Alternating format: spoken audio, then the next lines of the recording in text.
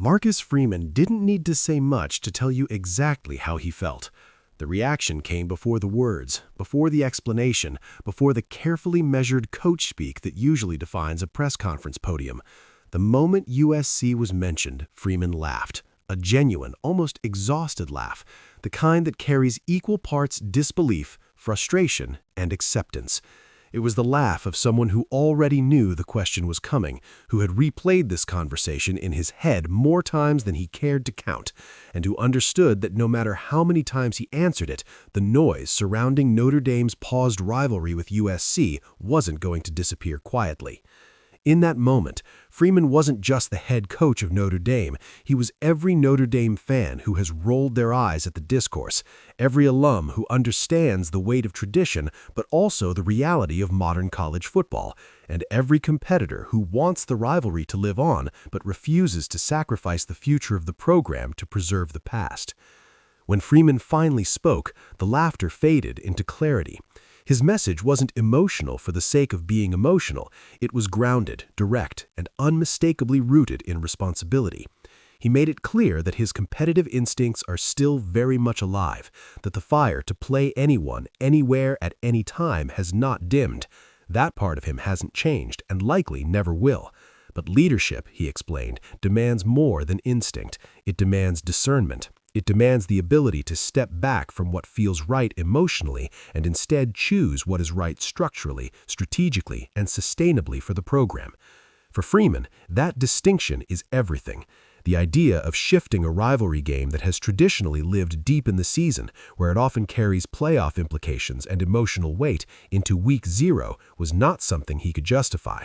Not because of fear, not because of avoidance, but because of preparation, rhythm, and fairness to the roster he is tasked with protecting. Week 0 isn't just another date on the calendar. It alters the entire ecosystem of a season.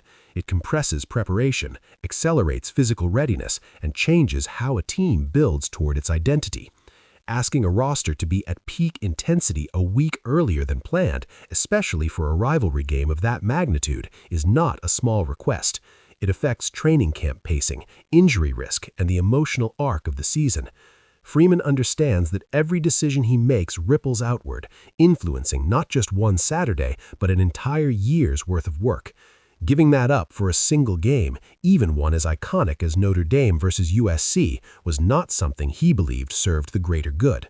And in saying that, he echoed what many Notre Dame supporters feel but rarely hear articulated so plainly. Tradition matters, but it cannot be allowed to override the realities of modern competition. Freeman has never shied away from acknowledging the importance of the rivalry itself. He has repeatedly stated that Notre Dame versus USC is bigger than any one coach, any one team, or any one era. It is a cornerstone of college football history, a series that has shaped seasons, legacies, and national narratives for generations. He believes it belongs on the sport's biggest stage, played annually, late in the year, when stakes are high and consequences are real. But belief alone does not dictate action. In this era of an expanded college football playoff, shifting selection criteria, and unforgiving margins, Freeman's primary obligation is to ensure Notre Dame has the best possible pathway to postseason contention. That obligation outweighs sentiment, even when sentiment is deeply rooted and widely shared. What made Freeman's response resonate wasn't just what he said, but how willingly he accepted responsibility. He didn't deflect blame onto USC. He didn't escalate the back and forth. He didn't frame Notre Dame as a victim of circumstance. Instead, he owned the decision. If anyone needs someone to point a finger at, Freeman made it clear that finger should land on him. That ownership matters. It reflects a coach who understands that leadership means absorbing criticism so that players don't have to. It reflects a coach who knows that decisions at this level are rarely popular with everyone, but clarity and accountability still matter more than approval. There is also an unspoken truth underlying Freeman's stance, one that many Notre Dame fans understand instinctively. The college football playoff snub still lingers. The frustration of doing everything right late in the season, of winning when it mattered most, only to be left out, has not faded. Freeman doesn't dwell on it publicly, but his words reveal a coach determined not to leave room for doubt again. His focus is on constructing a schedule, a roster, and a preparation plan that eliminates ambiguity. He wants a Notre Dame team that forces the committee's hand, that makes arguments irrelevant because results speak loudly enough on their own. In that context, every scheduling decision becomes strategic, every variable scrutinized. A Week 0 rivalry game that disrupts the season's flow is not a risk he is willing to take. For Notre Dame fans, Freeman's reaction felt familiar. It mirrored the internal conflict many of them feel. They want USC on the schedule, they want the rivalry alive, hostile, and meaningful, but they also want Notre Dame positioned to compete for championships in a system that has evolved beyond nostalgia. Freeman's laughter, his candid tone, and his willingness to shoulder blame all reflected that shared understanding. He sounded like someone who gets it because he lives it, because he feels the weight of those expectations every day. Despite the tension, Freeman remains confident that the rivalry is not dead, merely paused.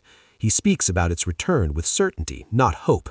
He understands that college football cycles, that agreements change, that circumstances evolved. In his mind, Notre Dame and USC will find their way back to each other, ideally under conditions that respect both tradition and competitive balance. Until then, his responsibility is clear.